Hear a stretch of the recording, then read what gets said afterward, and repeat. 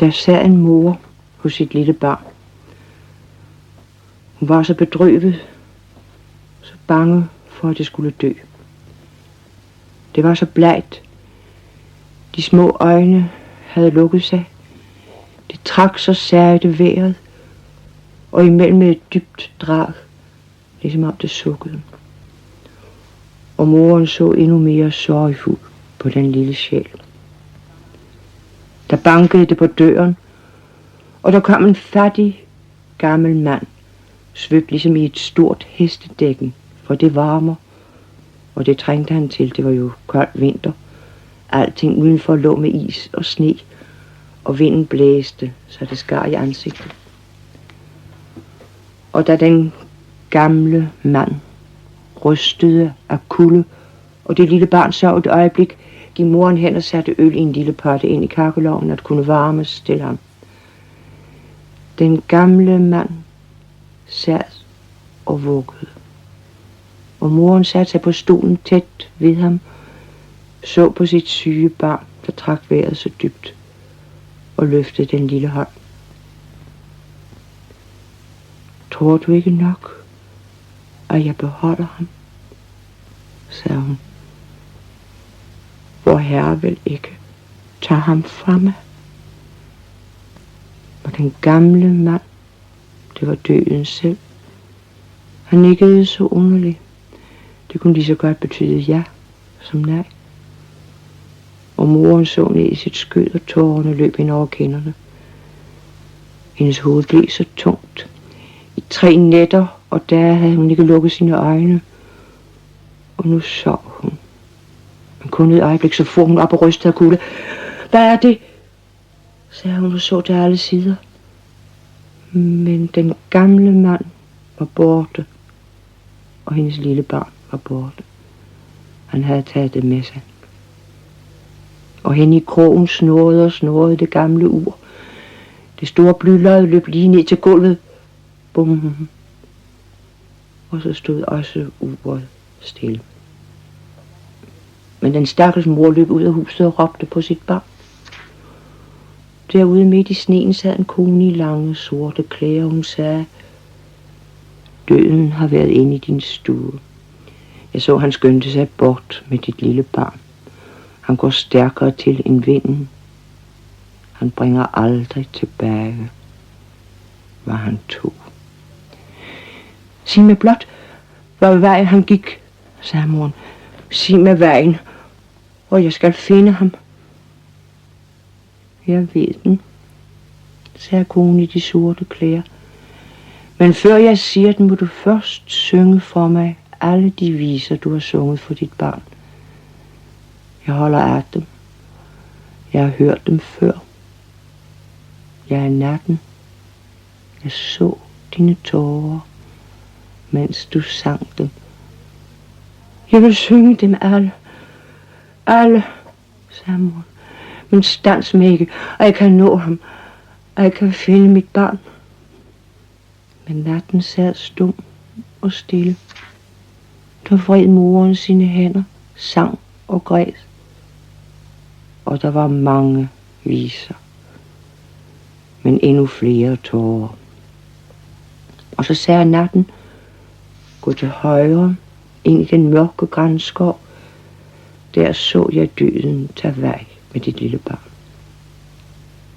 Dybt inde i skoven krydsede vejene, sagde hun, vidste ikke længere, hvor hun skulle gå. Der stod der en tornebusk. Den havde hverken blad eller blomst. Det var jo også den kolde vinter, og der hang islag på grenene.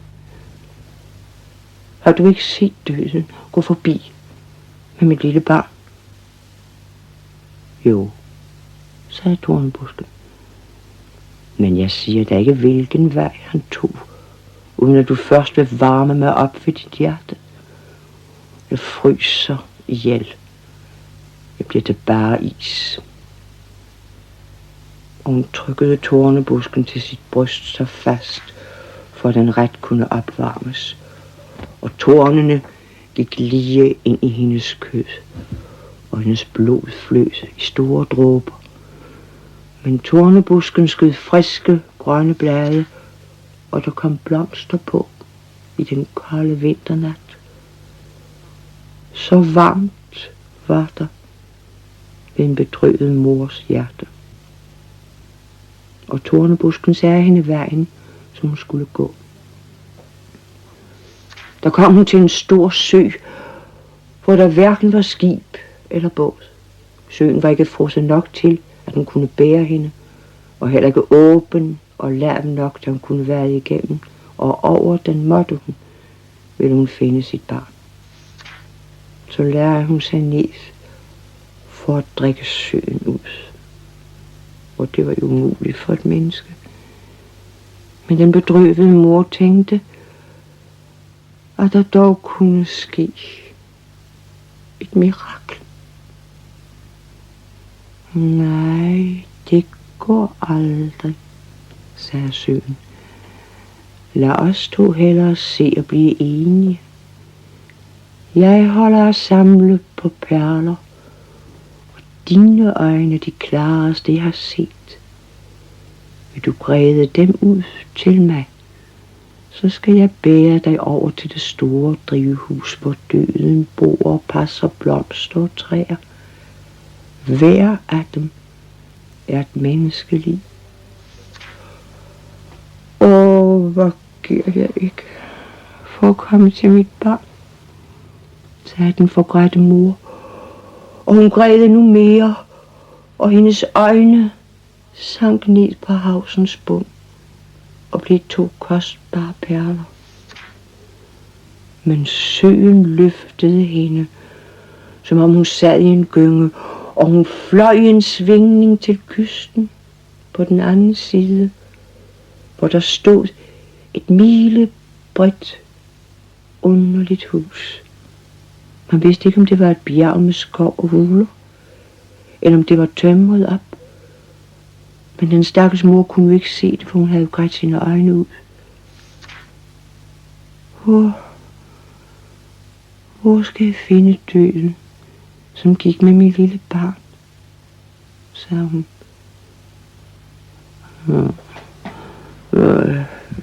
Her er han ikke kommet endnu, sagde den gamle gravkone, som gik og skulle passe på dødens store drivhus. Hvor du kunne finde herhen. Og hvem har hjulpet dig? Vor Herre har hjulpet mig, sagde hun. Han er barmhjertig, og det vil du også være. Hvor skal jeg finde mit lille barn? Jeg kender det jo ikke, sagde konen. Og du kan jo ikke se. Mange blomster og træer visnede i nat. Døden vil snart komme og plante dem om. Ja, du ved vel, at hvert menneske har sit livstræ eller sin blomst, sådan som nu enhver er indrettet. De ser ud som andre vækster, men de har hjerteslag. Barnehjerter kan også banke. Gå efter det. Måske kan du kende dit barns. Men hvad giver du mig for at sige, der var mere, du skal gøre? Jeg har jo ikke noget at give, sagde den bedrøvede mor. Men jeg vil gå for dig til verdens ende. Ja, det har jeg jo ikke noget at gøre, sagde konen. Men du kan give mig dit lange, sorte hår. Du ved nok selv, at det er kønt, og det kan jeg lide. Du skal få mit hvide igen. Det er altid noget. Forlanger du ikke andet, sagde hun. Det giver jeg dig med glæde. Og hun gav hende sit smukke hår og fik den gamles snehvide igen. Og så gik de ind i dødens store drivhus, hvor blomster og træer voksede underligt imellem hverandre. Der stod fine hyacinter under glasklokker, og der stod store, bomstærke pioner, der voksede vandplanter, nogle så friske, andre halvsyge. Vandsnåene lagde sig på dem, og sorte krebs klemte dem om stilken. Og der stod dejlige palmetræer, eger, plataner. Der stod persiller, blomsterne, timian. Hvert træ, hver blomst havde sit navn. De var hver et menneskeliv. Mennesket levede endnu en i Kina, en i Grønland, rundt omkring i verden. Der var store træer i små potter, så de stod så forkudet og var færdige ved at sprænge potten, og der var også mange steder en lille, kedelig blomst i fed jord, med mos rundt om og dækket og plejet. Men den bedrøvede mor bøjede sig over alle de mindste planter og hørte inden i dem, hvor menneskehjertet bankede. Og imellem millioner kendte hun sit barns. Der er det, råbte hun og strakte hånden ud over en lille blå krokus, som hang ganske syg til den ene side. Rør ikke ved blomsten, sagde den gamle kone, men stil dig her. Og når så døden kommer, jeg venter ham før jeg ved det, lad ham da ikke rykke planten op, og tro du med, at du vil gøre det med alle de andre blomster, for så bliver han bange, for han skal svare vor herre til dem. Ingen tør rykkes op, før han giver lov.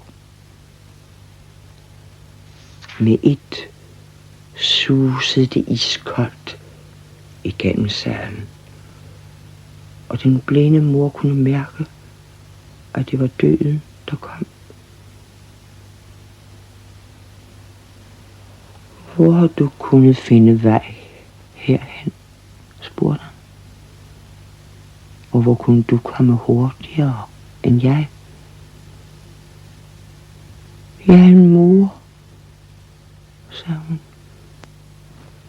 Og døden strakte sin lange hånd hen imod den lille fine blomst, men hun holdt sine hænder fast om den så tæt, og dog bange for, at hun skulle røre ved et af bladene.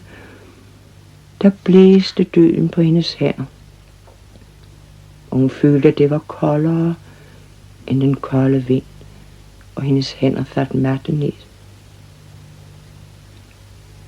Du kan dog ikke gøre noget imod mig, sagde døden. Men det kan vor herre, sagde hun. Jamen, jeg gør jo kun, hvad han vil, sagde døden. Jeg er hans urtegårdsmand.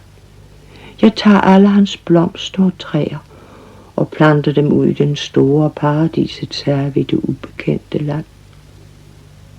Men hvorledes det der gro, og hvorledes der er, tør jeg ikke sige dig. Giv mig mit barn. Giv mig mit barn tilbage, sagde moren og græd og bad, og med et greb hun med hver hånd om 2 smukke blomster til ved og råbte til døden. Jeg river alle dine blomster af, for jeg er i fortvivlelse. Rør dem ikke, sagde døden. Du siger, at du er ulykkelig, og nu vil du gøre en anden mor blive så ulykkelig. En anden mor, sagde den stakkels kone og slap straks begge blomster. Der har du dine øjne, sagde døden.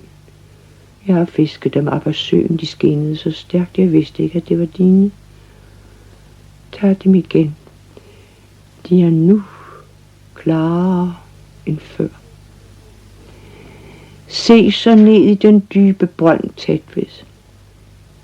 Jeg skal nævne navnene på de 2 blomster, du vil rive op. Og du ser hele deres fremtid. Hele deres menneskeliv. Se, hvad du ville forstyrre og ødelægge. Og hun så ned i brønden. Og det var en lyksalighed at se, hvor den ene blev en velsignelse for verden.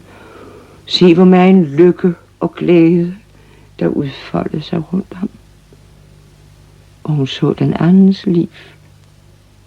Og det var sorg nøs, rædsel og elendighed. Begge dele er Guds vilje, sagde døden. Jamen, hvilken af dem er ulykkens blomst, og hvilken er velsignelsens? Det siger jeg da ikke, sagde døden. Men det skal du vide af mig, at den ene blomst, det var dit eget barns. Det var dit barns skæbne, du så. Dit eget barns fremtid. Der skreg moren af skræk. Hvilken af dem var mit barn? Sig mig det. Frels den uskyldige. Frels mit barn fra al den elendighed. Bær det hellere bort. Bær det ind i Guds rige. Glem mine tårer. Og glem mine bønner. Og alt, hvad jeg har sagt og gjort. Jeg forstår dig ikke, sagde døden. Vil du have dit barn tilbage? Eller skal jeg gå med det der ind, hvor du ikke fik? Der vred moren sine hænder, faldt på sine knæ og bad til vor Herre. Hør mig ikke. Hør mig ikke, hvor jeg beder imod din vilje, som er den bedste. Hør mig ikke. Hør mig ikke. Hun bøjede sit hoved i sit skød. Og døden gik med hendes barn ind i det ubekendte.